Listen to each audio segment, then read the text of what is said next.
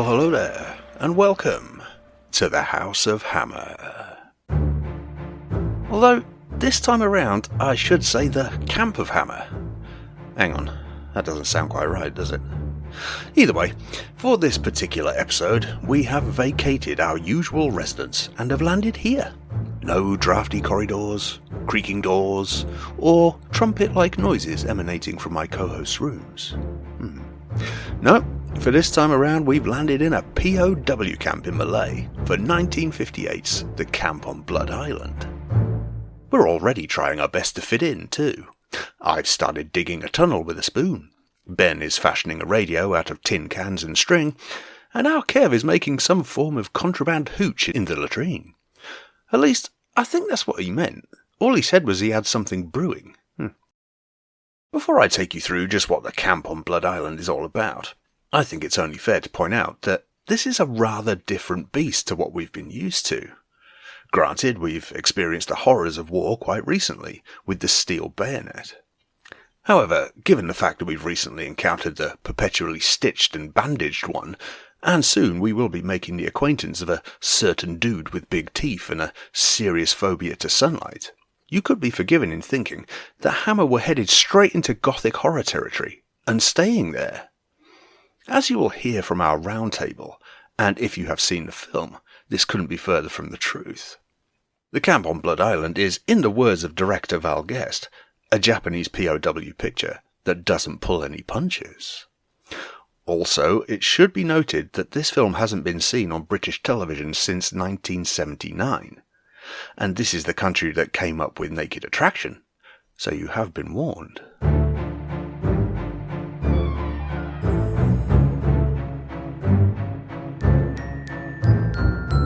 With production beginning in July of 1957, and the release of the film happening in April of 1958, the quick turnaround of the film was helped in no small part due to the participation of the major film studio Columbia. Banking on the success of their other production, The Bridge on the River Kwai, their reasoning was sound, and as it turns out, very much on point. The Camp on Blood Island sees us in a Japanese POW camp at the end of the Second World War. And when I say end, I mean the very end.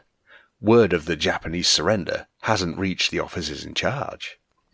The leader of the imprisoned soldiers, Colonel Lambert, played by the wonderful Andre Morel, needs to keep the news of the Allied victory quiet from their brutal and sadistic captor Yamamitsu, lest he risks the execution of everyone involved. Gentlemen, you all know that eventually Yamamitsu will be hunted down by the Allies and hanged as a war criminal. He was guilty of crimes in Burma and the Philippines long before he was hand-picked for this job. You all know this, so does Yamamitsu. He also knows that he's got nothing left to lose by perpetrating every form of murder and sadism.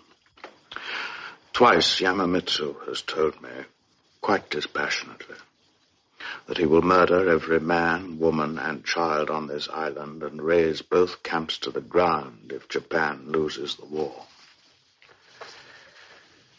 2 days ago, Van Elst received some news on his radio. News that I decided should be kept a top secret between he and I. Maybe I was wrong. So I'm going to tell you now. Gentlemen, I have to inform you that the war is over. Over?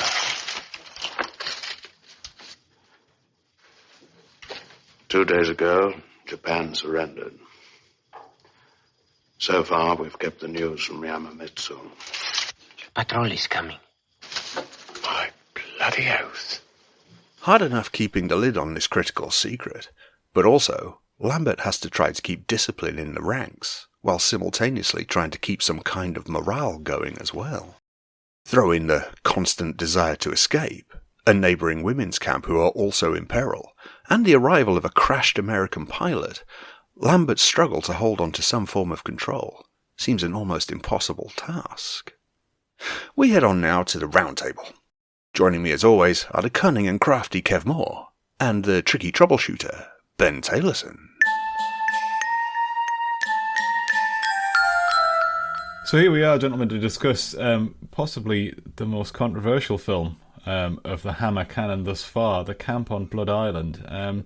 Lots to say about this, lots of things to discuss, and I think before we really get into the story itself, I'd like to talk a little bit about sort of some of the background behind the film, particularly the casting and the location.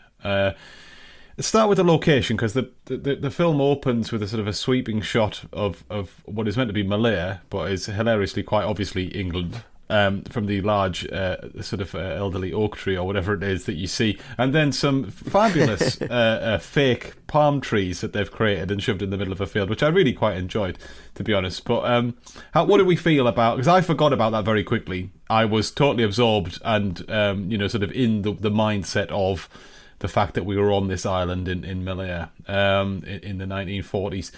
Kev, what did you think of the location and the casting as well? Sort of how the film has been created behind the scenes.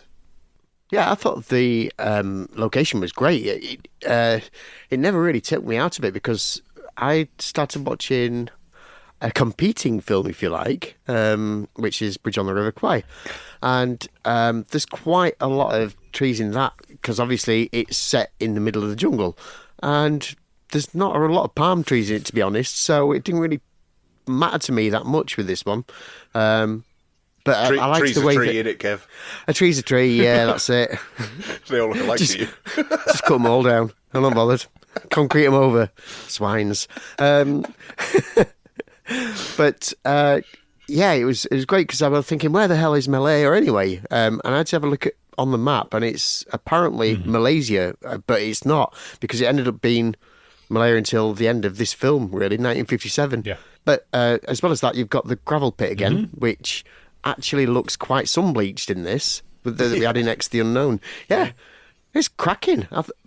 I think it's great, and the casting is brilliant, absolutely brilliant. So many character actors, it's untrue. It's like a bevy of them. Smokey, have you done your usual sort of alumni watch? Can you take us through the stars of films gone by? I mean, I have a little. I mean, but it's actually it's fairly thin on the ground, really. This one. I mean, we have a lot of people that we will recognise from other things as well, and also more so the majority of people that we'd recognise this might be their first Hammer film, or maybe their second, and then they proceed to go on to be in many more. That's more the case with this one. Obviously, we will start with the main character of Lambert, of Andre Morel, who last time we saw was in Stolen Face. Yep. So, there is that. I think probably maybe return to this later. Michael Ripper in a slightly problematic role, maybe. But I will add to what you guys have said, and I was thoroughly impressed with the locations. I thought it looked brilliant. The camp itself, the sort of the bamboo huts that they're all in. Okay, yes, the palm trees, fair dues, that's all right. But everything else, I was really impressed. And then reading into it and sort of saying it was filmed like during a shock, really hot summer of 1957. Or was it 56?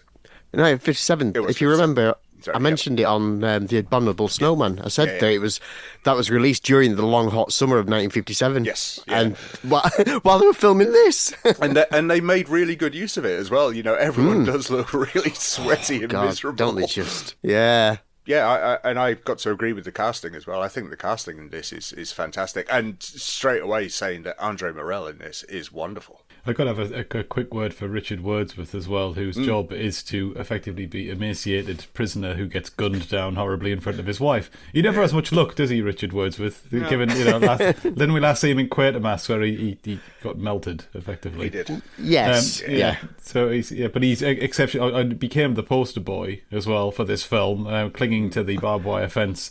It's very Willem Dafoe in Platoon, isn't it? It is, yes. Yeah. It's very effective. I think it's really well cast. And everyone looks very suitably sweaty and hot and bothered and fed up. And it is extremely well cast. I think we do have to touch on the point that you've already mentioned, Smokey, which is that there is some casting of non-Japanese actors in Japanese parts. And yes, of course, with 21st century sensibilities, that is problematic.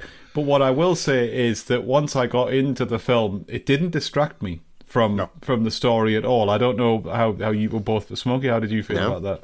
No, I completely agree. And it's also the fact that I was thinking about this. It's like, was it unheard of back in those days? Because I don't think it was. I mean, I don't mean in 57. I mean during the war, that you would have people from different nationalities fighting for other countries as well.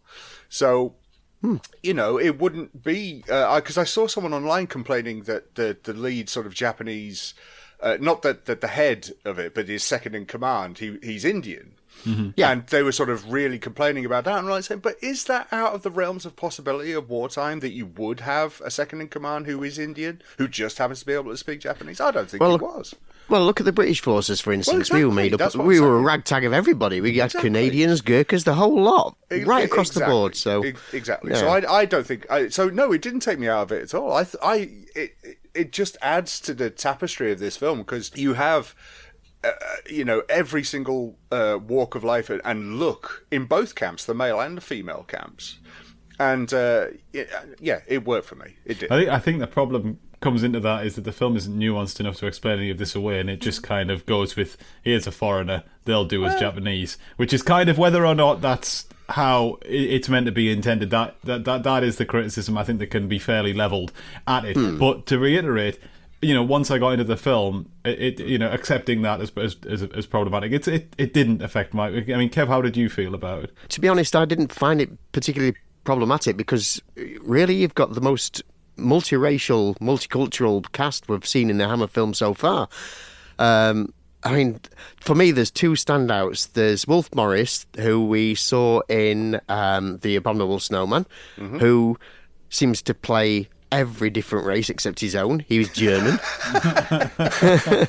Then we've got Milton Reed. Now, he's really fascinating because he's born in India and then does absolutely tons of films. You'll have seen him in anything. He plays the big heavy, but he's the other poster boy for this film because he's the one Japanese that's the executioner. Executioner, yeah. Yes, the one that's on the banned adverts in the London subway. Yeah. Milton Reed, he plays the heavy and everything, and he's got a really fascinating story because he goes all over the place. I mean, obviously his actual career goes all over the place for a start, but when it starts to dry up, he goes back down to India and starts working in Bollywood, but then disappears. Nobody knows what happens to him. He just strange vanished. 1986, he just goes, and I think they actually declared him dead a year later. Wow! Because they just couldn't find him. Yeah, but and how you can lose Milton Reed, I don't know, because he's 5'11" and about 7 foot wide. He's insanely big. He's a big lad. He's a big lad. But we should also point out that we also have Bellamy, played by Phil Brown, who somehow ends up in a galaxy far, far away as Uncle Owen. So, you know, yep. So it's all them sand pits. He got used to them. Clearly, he did. He wanted to be out there with the blue milk. Going back to the depiction of the Japanese executioner, moves us nicely into our first real point of huge discussion, which is about the one of the things this film is charged with is sort of being quite sadistic, or at least depicting scenes of sadism quite gleefully. I'm not sure I agree with that, but I wanted to ask your two opinions. I don't think this film oversteps the mark. I think it is shocking, but I think it's shocking on the right side of the line. I think I think it's quite tasteful is an odd word to use, but I think the camera cuts away and at the right time. There are several scenes which, some of which we'll mention in the roundtable, some of which will be mentioned in some of the segments. Others of, anyone who's seen the film will know the scenes for themselves. What did you think about the some of the sadistic elements, if you like? Kevin, what did you think? Do you think it oversteps the mark, or what? It's no Green Inferno, is it? Let's face it. It's no Saw 3. Absolutely not. No. No, I think it's really well done. I can't believe that I've actually read press reports where they accuse it of being exploitative, and I thought if it was going to be exploitative, you'd have seen heads rolling. But you don't. It's all a lot of it's suggestion. Like you said with the prisoners, all the prisoners look emaciated, but at no point do you see them really directly being tortured or anything like that. It's all suggested rather than graphic, where it could have been. I mean, let's face it, it already got its X rating. They could have done whatever they wanted, but they didn't. They kept it as a kind of a documentary depiction of it. It's really clever. Yeah. Yeah, I think what really added to that was the fact that there was no subtitles on the Japanese text. Oh yeah, that really added the sort of the documentary type feel to it. Smokes, what did you think of the sort of the more violent element? I think one word you can't level at it is tame, but I think you use the right word, which is tasteful. Obviously, it's still brutality, it's still sadism, or what does he call it in it? Sadism, I think he says. Sadism. Sadism. Sadism. Just sounds like, depressing. It's not very happy. Yeah, I'm a bit mopey. My mate got his head cut off, but no, sadism. But yeah, you can't call it tame because there are still some rather brutal elements in this. But I don't think it oversteps the mark with its violence at all. I think what it does show is justified, and I think it's also a really clever way. There's one scene in particular when the British, what was he, an ambassador? Yeah, commissioner. Commissioner, thank you. When he's decided he's had enough and he's broken free and he's gone to speak to the Japanese, and they end up humiliating him by kicking him down the stairs and tripping him up and having a bit of fun with him, and they're all laughing and whatnot. That is so well done within the context and confines of the film, where it's not nice, but he was lucky that it wasn't a hell of a lot worse. Yeah. And watching his, comrades sort of looking on, going, oh God, he's going to give the whole game away. But also them sort of being thankful that he hasn't been shot, he hasn't been beaten, he's just had a bit of a tumble. And that encapsulates the violence of this film in how well it is used. The violence there is almost playground-like, isn't it? It's but that's the tormenting sadism side. Yeah, the humiliation. It's brilliant. Yes, exactly. Yeah. Brilliant. But this is just one example of many dozens of films and TV depictions of the Japanese military. And to take a little break from our discussions as we have delved deeper into some more difficult scenes, Smokey's going to tell us about some of the times that the Japanese military have appeared on the screen. Examples of the Japanese military appearing in films and TV shows is nothing new, and they're still being made today. Entertainment, if you wish to call it that, depicting wars and their aftermaths is something we're all very used to. They're not for everyone, of course, but undeniably there have been some impressive examples over the years. When it comes to the Allies and the Japanese and the Second World War, there are certainly plenty to choose from. Let's start with television and the BBC series Tenko, which ran for 3 series between 1981 and 1984. The 30 episodes produced centred around the experiences of British, Australian and Dutch women who were captured after the fall of Singapore in February of 1942. Having been separated from their husbands, herded into makeshift holding camps and largely forgotten by the British War Office, the women have had to learn to cope with appalling living conditions, malnutrition, disease, violence, and of course, death. Not an easy watch by any stretch. None of these slices of media are that deal with this topic, but it remains a harsh but compelling view, even now. In 2006, director Clint Eastwood took on the impressive feat of producing 2 films, each dealing with both sides of the same battle. Flags of Our Fathers tells the story of the Marines, who famously raised the American flag on sight, whereas Letters from Iwo Jima shifts the perspective to that of the Japanese soldiers on the opposing side. One can only assume Mr. Eastwood's intention here was to show the humanity of both sides in this particular conflict, and to expose the realities of war, and to my mind, pulls it off admirably.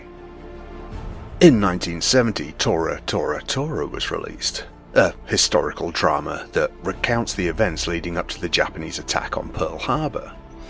This film offers a balanced view of the fateful event that shaped the course of history. Paying tribute to the intricacies of diplomacy, espionage and military strategy, it lays the groundwork for understanding the reason behind Japan's decision to go to war against the United States. This epic saga, masterfully crafted with attention to detail, underscores the devastating consequences of war and the importance of learning from the past.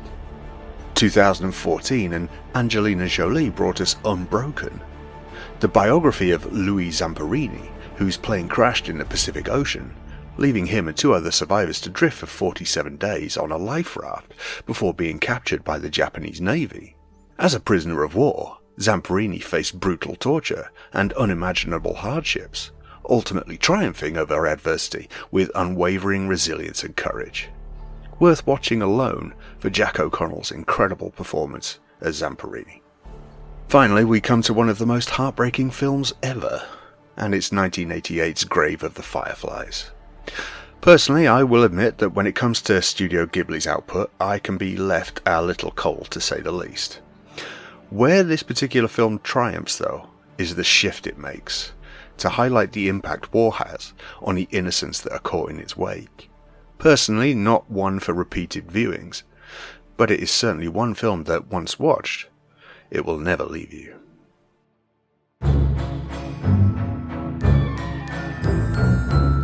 I don't want to move on from this discussion about the sort of the more shocking scenes without bringing up a few of them, and I don't want to be too exploitative about it, but I have sort of made a note here saying which is your favourite more shocking scene, which so let's be honest. And for mine, and because this film does have the power to shock, and I think that's important to stress. And I've got 3. I'm going to pick one of them. There's a scene where a doctor character is mentioned early in the film that we don't see. And later in the film he appears and he's already sort of been half beaten and exposed to death in terms of being found in the jungle, and he's being carted back to the prisoner of war camp where he's inevitably going to be shot because he tried to escape.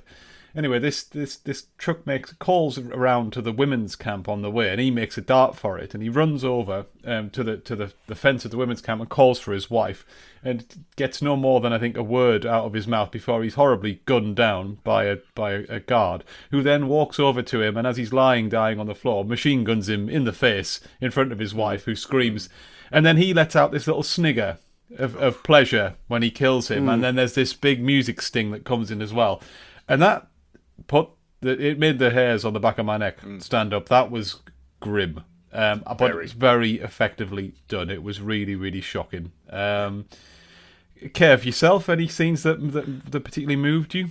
Mine is quite the opposite. It's not half as violent as yours, Ben, but again, mine's more the psychological side of it, and it is where they have a pile of mail delivered. They've been waiting for this mail for years, and they get sacks and sacks of it, and it's obviously stuff like chocolate and things like that, because obviously a lot of these people aren't military. They're just here as a concentration camp. This is kind of a hybrid of the both.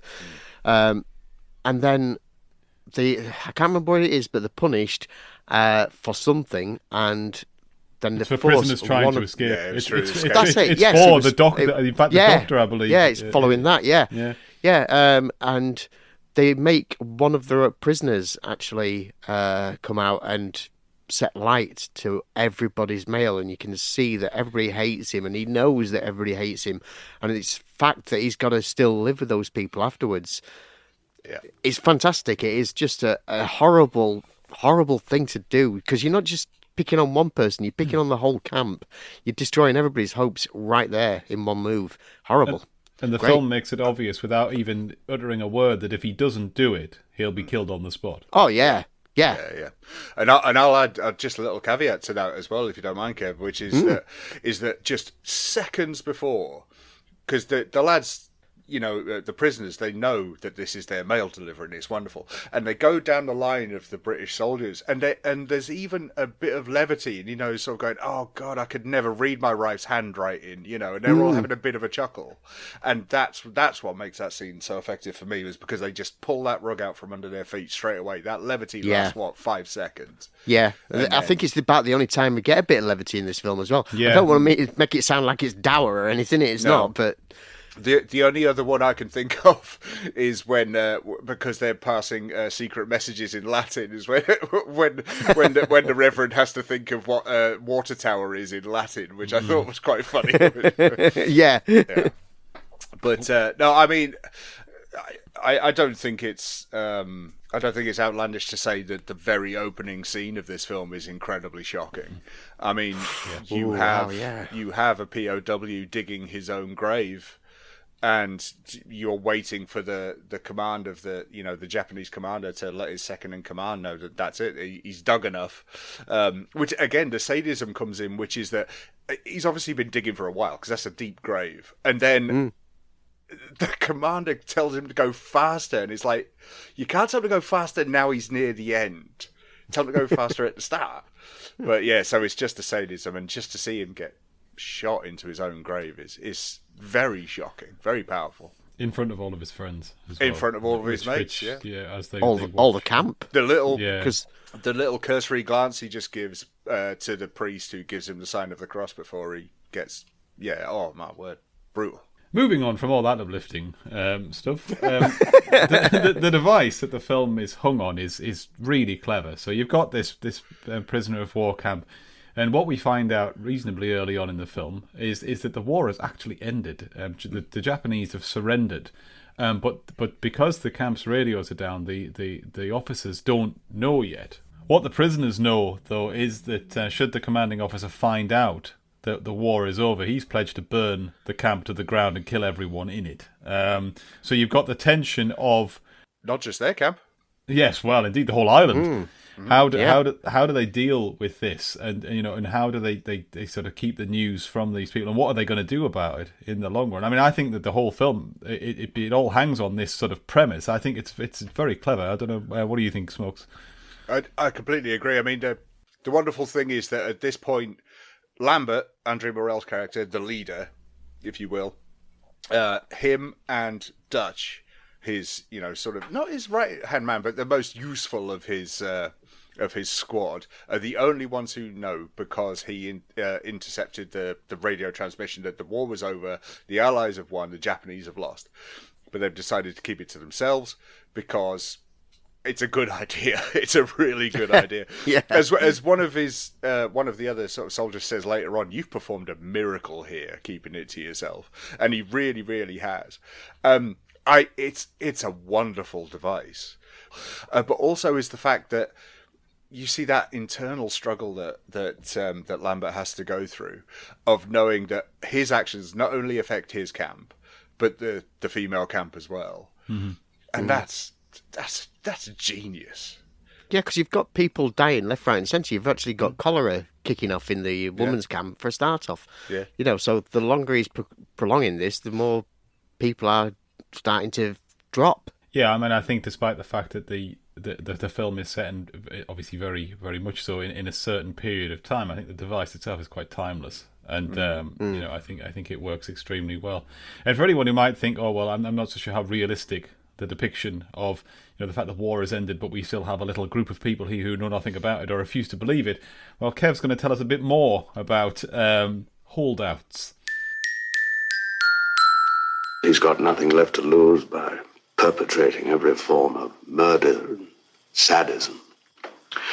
Twice Yamamitsu has told me, quite dispassionately, that he will murder every man, woman, and child on this island and raze both camps to the ground if Japan loses the war. This brilliant plot device not only shows how committed to the empire the Japanese forces were, but in a weird twist of life imitating art, this would be played out for the decades to follow. Before I go any further, though, I'd like to point out there will be plenty of butchery ahead, as I can mispronounce names, words and places from anywhere in the world. Just ask Dan Derriere. And there's an awful lot of Japanese names here that would get you killed in a game of Scrabble. It seems the men that made up a large part of the Japanese forces were more than a bit enthusiastic about their standing orders that forbid them from retreating and defending to the last. After all, their honour was at stake. Unfortunately, when the Imperial Japanese Army had spread its numbers as far and as wide as possible, occupying 12 countries, it was inevitable that there could be a communication breakdown or two along the way. After all, this was the 1940s. Nobody was keeping up on Fiends Reunited, MySpace Now, and whatnot. This meant that the news of the Japanese surrender on the 2nd of September 1945 simply never made it. The largest concentration of what are commonly known as holdouts was on the island of Iwo Jima, where Americans were constantly being attacked by a force thought to be over 2,000 troops hidden in a labyrinth of caves and tunnels around the island. With the disappearance of Lieutenant General Kuribayashi and any actual semblance of a plan, the troops reverted to an every-man-for-himself approach, and without any ammunition, food or water, they weren't content with just picking off the US invaders.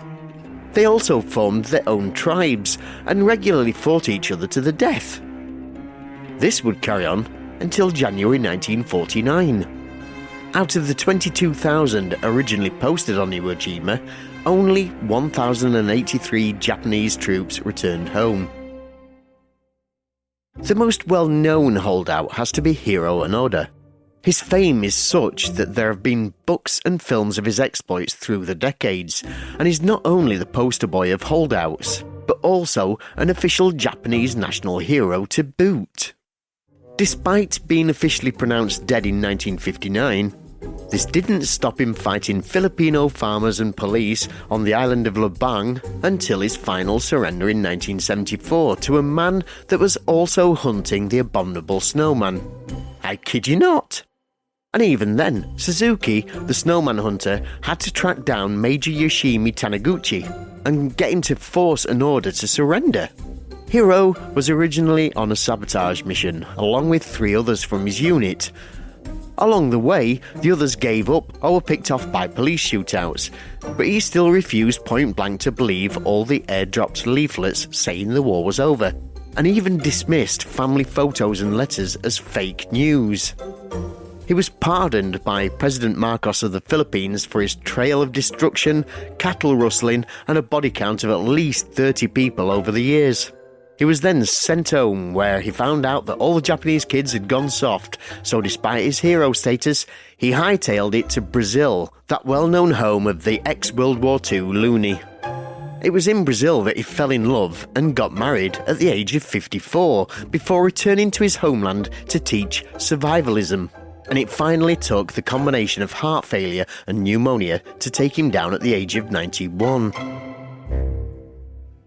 The Philippines certainly seemed like a good place to hide out, because Yoshio Yamakawa and Shizuki Nakauchi, at 87 and 85 years old respectively, both hid themselves in the dense forests of the south, and after 60 years of hiding, they were finally discovered by a Filipino businesswoman. They too refused to surrender because they were afraid of facing the court-martial, even though they really wanted to go back home. Now, interestingly, their story from then on becomes something of a mystery. It's been denounced as a hoax, while at the same time it's thought the duo were involved in hiding the Yamashita treasure, which is the reason there's no further official statements from Japan. The Philippines wasn't the only place you'd find the odd straggler looking like a mad version of Dad's army. With a few thousand found in China, along with loads in a string of tiny islands throughout the Philippine Sea, Guam, for example, seemed to get its fair share, even though it's a dot in the middle of nowhere.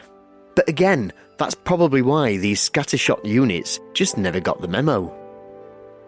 All of these stories offer extreme examples of the Bushido philosophy's emphasis on honour and self-sacrifice. But it's their dogged determination and skills that put modern survivalists to shame that demand some respect. however barking mad they might sound.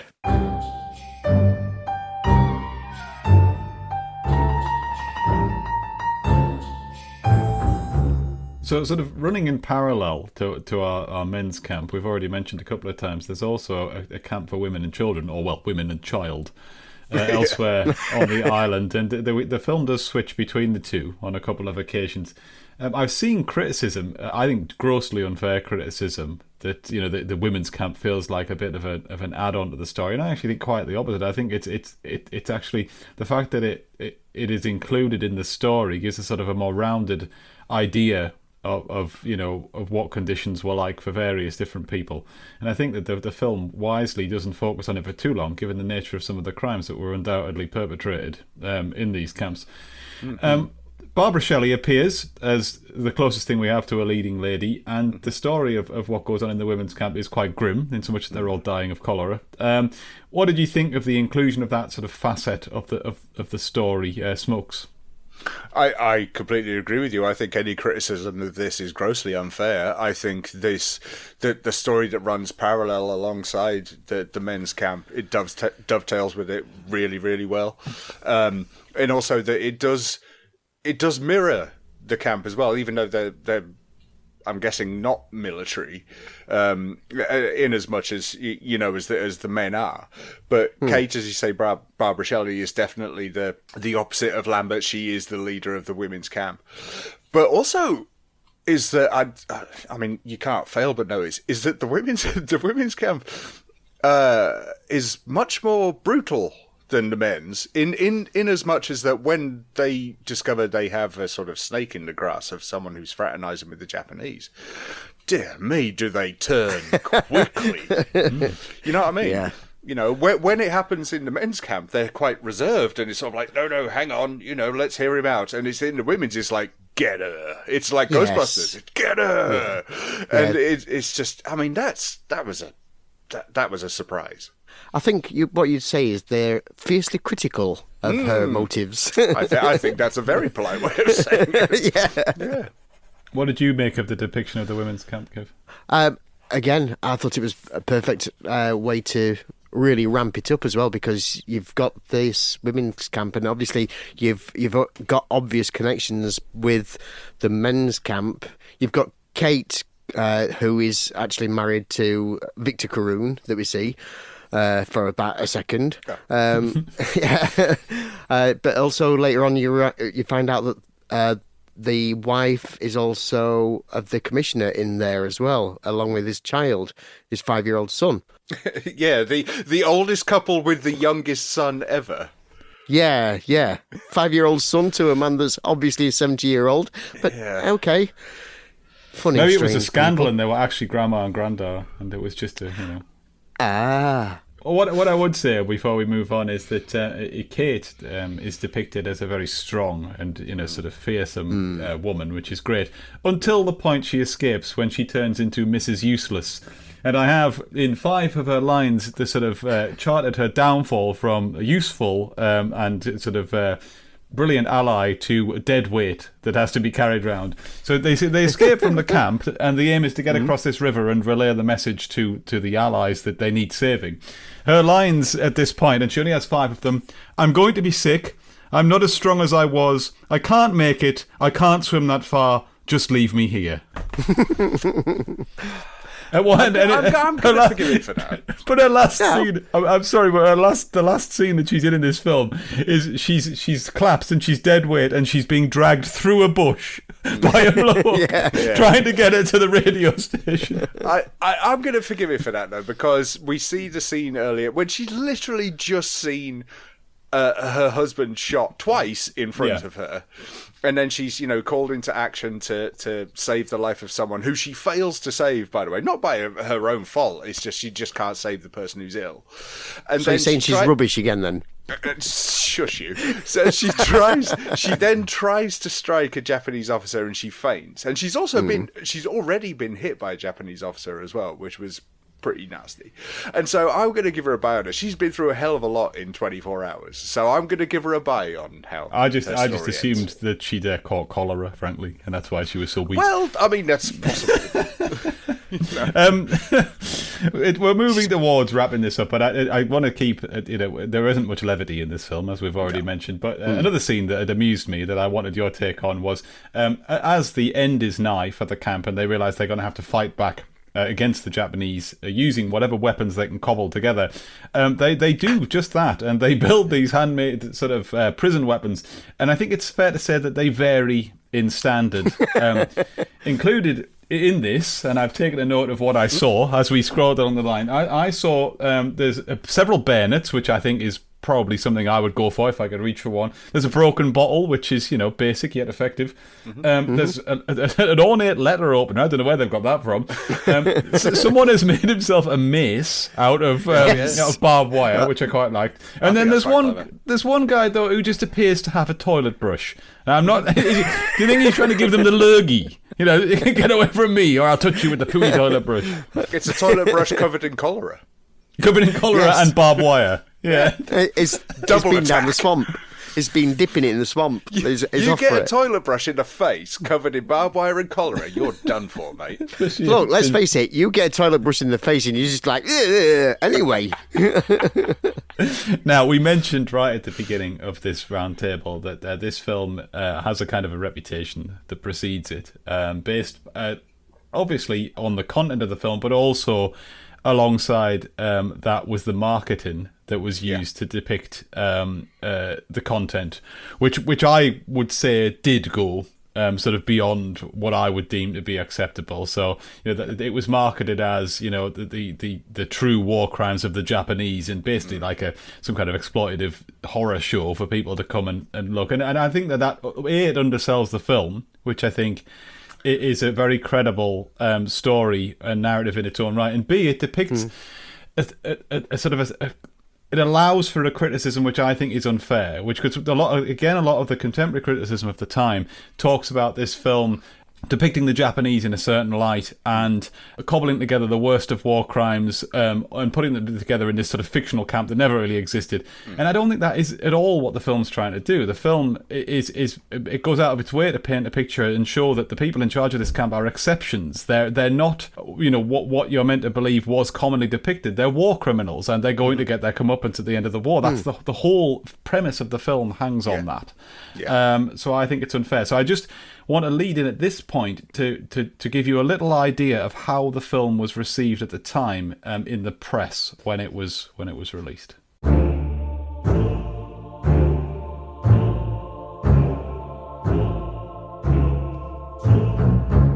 The Camp on Blood Island is probably the most controversial Hammer film we've discussed thus far, owing to the themes and depictions of war crimes contained therein that a wider society was seemingly trying hard to forget, over a decade on from the end of the Second World War. Because of these themes, critics and the public alike found it difficult to separate the relative merits of the movie from the subject matter. Not only did this translate to mixed reviews domestically, but the film also created a degree of global controversy. We've dug out a selection of newspaper extracts from the 1950s concerning the film. On April the 18th, 1958, the Daily Mail asked its readers, "Is it time cinema forgave the Japanese?" For a British film, an X certificate is normally a guarantee of an animated horror, choked with smut and shock.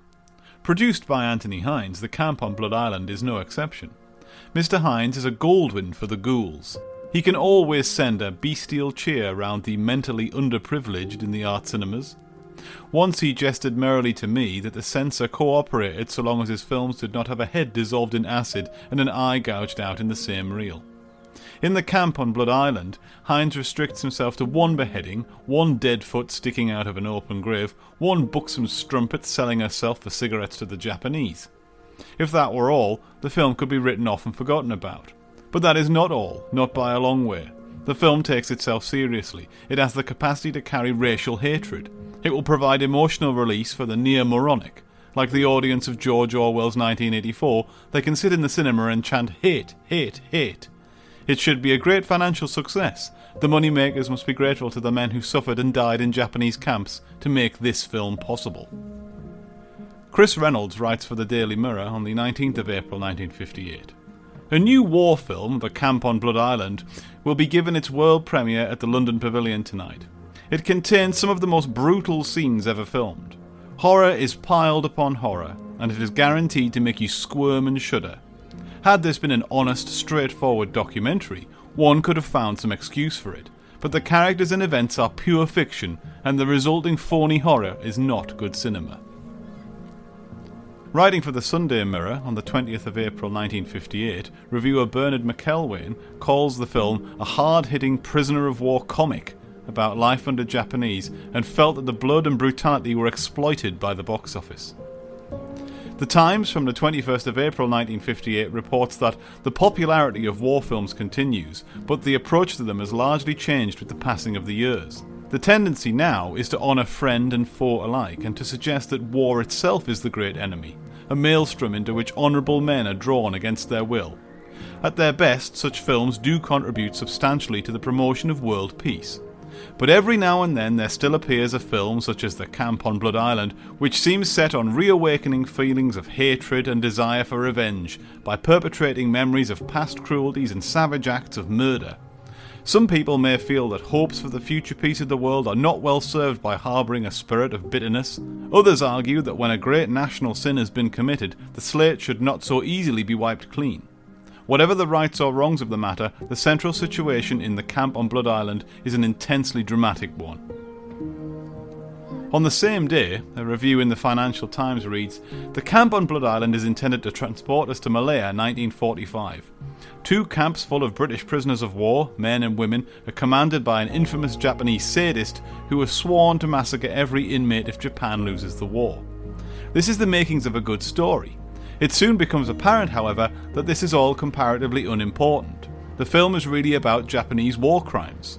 The atrocities, recorded in loving detail, include a whipping, a beheading, a clubbing, countless slappings, and the manifold agonies of cholera and malnutrition. The sadism is so perverse that one has to ask the question sooner or later, why is all this necessary, if not just to pander to an obscene public taste? The reply, we must forgive but never forget, does not by any means fit the bill. Granted that the Japanese were often guilty of all of this and worse, granted that the occasional reminder of what human beings are capable of does no one any harm, but can wallowing in degradation be anything other than degrading? Val Guest, the director, does not, to say the least, possess the right clinical touch to carry off this kind of thing. The film leaves a distinctly nasty taste in the mouth, and the fault is by no means all a Japanese one. Writing in the Daily Mirror on the 28th of April 1958, Mrs. R.W. of Caerphilly, Wales, disagreed.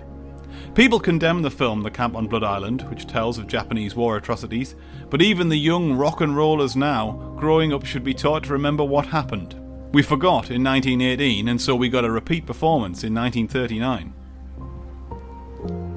The following day, the 29th of April 1958, writing in the Daily Telegraph, columnist Peter Simple offers another view. The Camp on Blood Island is a film about Japanese atrocities in a prisoner of war camp. Its natural preoccupation is thus with brutality and sadism, with floggings, shootings and decapitations. Like other films, this is presumably a commercial venture, judging by its ingredients, one likely to be very successful. Unlike some of the other films, however, it has a moral message. Everything in it is true, Lord Russell of Liverpool vouches for that, and nothing in it, so it maintains, should be forgotten. I would not myself argue that Japanese atrocities or those of other nations should be forgotten. If remembered, however, they should be remembered with wisdom and understanding, without bitterness or false moral indignation. It must be remembered that Japanese moral standards are very different from our own, and to judge the Japanese by our standards is consequently very absurd. The Japanese, after all, behaved to their prisoners as they expected us to behave to ours. It must also be remembered that our moral standards are by no means universally accepted in this wicked world. If we confine our alliances to those who share these standards, we shall find ourselves virtually without allies. In the Illustrated London News from Saturday, May the 3rd, 1958, in his The World of Cinema column, critic John Dent writes, "The film among recent offerings that has had the most effect on me is The Camp on Blood Islands, the true-to-what-happened account of the Japanese treatment of our prisoners of war, which has revolted nearly all my colleagues. From its stark opening sequence where we see an English prisoner digging a grave, standing at its edge, and when he is finished, being shot by the Japanese so he falls into it riddled with bullets, I was aghast and horrified. I sat through it to the end, convinced that it was by no means an overstatement of atrocity. Ask any man who was in a Japanese prison camp, and he will tell you that punishment very often took obscene forms of humiliation. Obscenity cannot, of course, be shown on a public screen. The great British public, which, not unnaturally, expects war, however so recent, to be glamorised, will likely shun Blood Island like the plague it must have been. The horrors in this film are direct and personal cruelties, not a mere business of button pressing. No day passes without me reading the service in memoriam notices in the morning paper. Thereafter I spend a solemn minute wondering why millions of men and women, service and non-service, have in my lifetime been murdered and massacred in the cause of war. Surely we should not flinch from any honest account of how some of them died. From the Daily Telegraph on the 10th of November 1958, film protest by Japanese from our correspondent in Singapore. The film The Camp on Blood Island, now showing in Singapore, drew protest today from British servicemen who said it humiliated them, and from Japanese who said it shows us in a very bad light. The Japanese consulate asked the cinema not to show it. Mrs. Cynthia Quirk, the censor and herself a wartime internee, replied to the Japanese charge that the film was exaggerated. She said, "I know what it was like. It was every bit bad enough."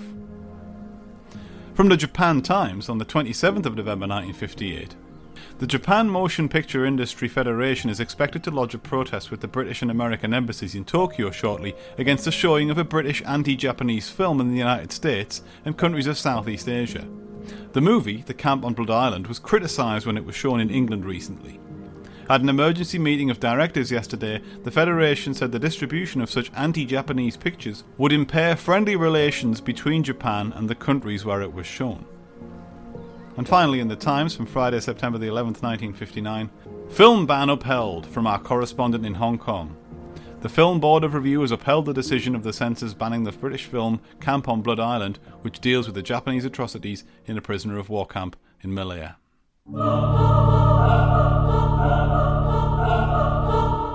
Whilst I think as I agree that some of the promotional materials are exploitative, and they wouldn't. Well, I was about to say they wouldn't fly today, but it didn't fly then.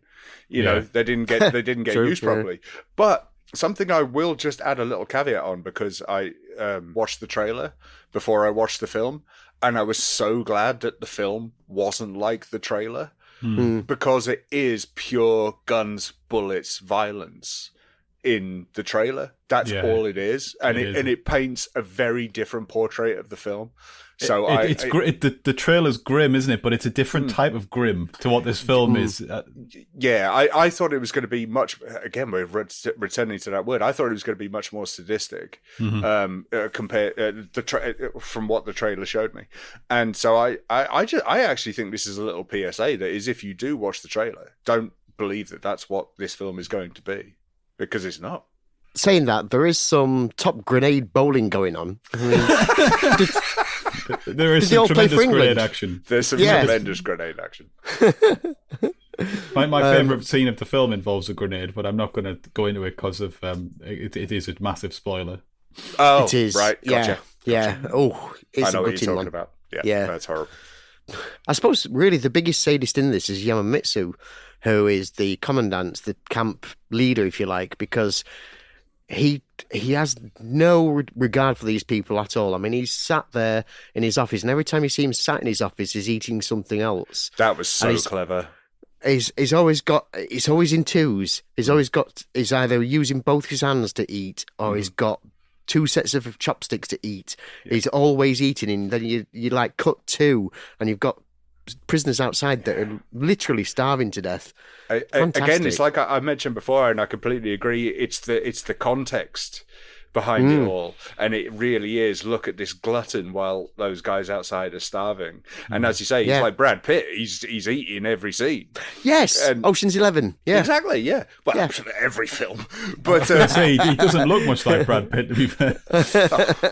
He's a hottie, but no, he's just. But it is the subtext of it. It's so clever, and you see it more on the second time around as well, and you sort of go, "Oh wow, yeah, the glutton and the starving right next to each other." Yeah. Oh, beautiful. The ultimate kick in the teeth is when you find out that Dutch, that was his house. You know? Yeah. Oh God, that was such a gut punch, that one. It's quite ironic as well that the guy that plays Dutch is the star of Rififi, which was a double bill with an earlier Hammer one. I think it was X the Unknown. I might be wrong on that, but I've slept since then. He was even billed on the poster as Rafifi to try and capitalise. All right. On that sort of notoriety. So I think it's about time we wrap this up. We could probably talk about this for another hour or so. I think we Easy. probably could, actually. Yeah. I think one of my, I don't want to harp on about our sort of ongoing odyssey through these films, but discovering things like this, which I probably wouldn't have happened across otherwise, I'll be honest, it continues to be an ongoing joy of doing this project with many, many other films still to come. I think it's time to wrap it up, though, and I'm going to go to you first, Smokey. So just any final thoughts you've got and a rating out of 10, please? I have to echo what you say. I mean, we bang on about it, especially myself, who, the chronological trying to journey that I'm going through. I do kind of break it, and I might see Dr. Jekyll before we get there. But, yeah, throwing up surprises like this is just this wonderful bonus of doing this show the way we are. For the last year or so, when I've been looking at the list of the films that we've got coming to us, I thought for the longest time this was a horror film because of the title. I think this is a wonderful film. The casting is brilliant. The locations, as we said, are great. Something that I really liked, again, more so on repeated viewings, was the sparing use of the score. It only happens when it needs to. Yeah. It's not constant. There is silence when there needs to be, which is lovely after the shout fest of the last film. And so to have that and to actually have that, because we had, like, say, something like The Unholy Four, when it had just this intrusive bloody score all the way through, and it was just so frustrating, and it didn't make a bad film any better. What about River Patrol? That had music all the way through it, and none of that made any sense. Anyway, so I would so yeah, this was a wonderful surprise. And Andre Morell in this just blew my socks off. I thought he was great, but if you really watch him, you'll see that the man doesn't blink. He likes to act a lot without blinking at all. It's really weird. I'm going to say something rather surprising, which I really didn't expect over between Abominable Snowman and now. This is one of my favourite Hammer films ever. I think it is exceptional. Wow. I'm not going to go on record. I think it's my favourite Hammer film this year. It has gone into my list of favourite war films ever. I truly think this is a work of art, and it blew me away. And I'm more than happy to watch it many, many, many times. I'm such a stickler with my 10s that I really... it's irking me to give it a 10, but I'm going to give it a 9 for now. Yeah. But it may no go Abominable up to Snowman, then. It may go up to a 10 later on when I've watched it maybe a couple more times. But this, I can't praise this film enough. I think this, absolutely exceptional. What about you, Kev? Final thoughts on the ring? Final thoughts. I'll pick up where Smokey left off as well with the music, because there's no end title music, which really plays into the documentary feel of the whole film. Wonderful. Absolutely. It's a beautifully stark way to finish a film. And I can't believe that this is based on a story by John Manchip White, who brought us Mask of Dust. I mean, wow, talk about a trajectory. Jeez. Yeah, there is some fantastic pieces that we've not been able to mention, like Peter Bellamy, where he literally jumps from the back of a truck, clearly with his hands tied behind his back, and you think, are you crazy? That's just, if you slip, that's it, you're burying your face in this gravel.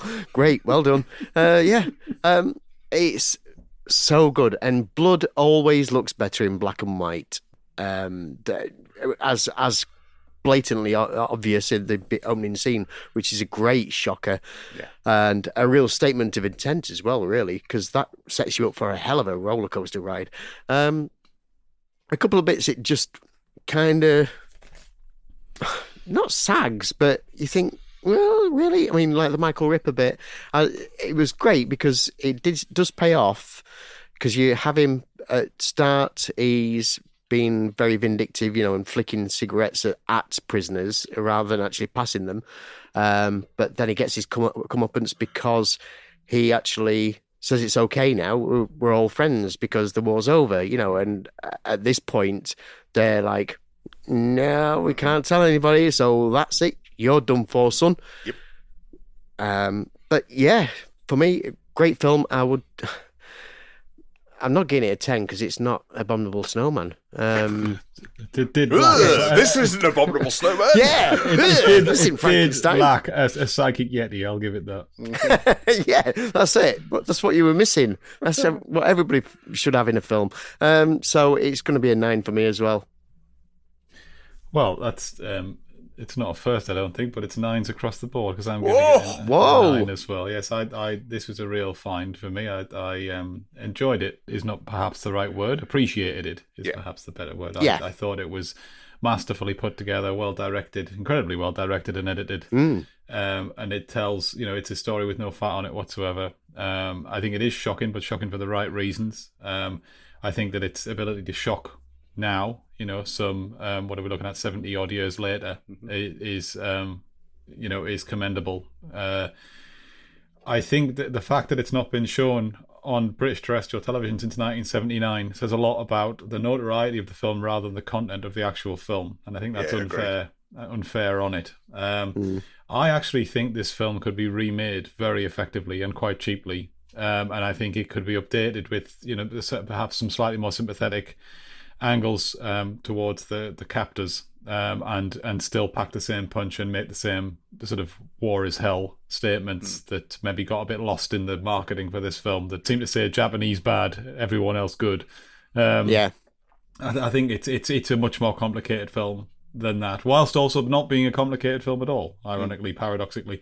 So no, I rate this very highly, and 3 9s I think is fair. If only it had had that psychic yeti.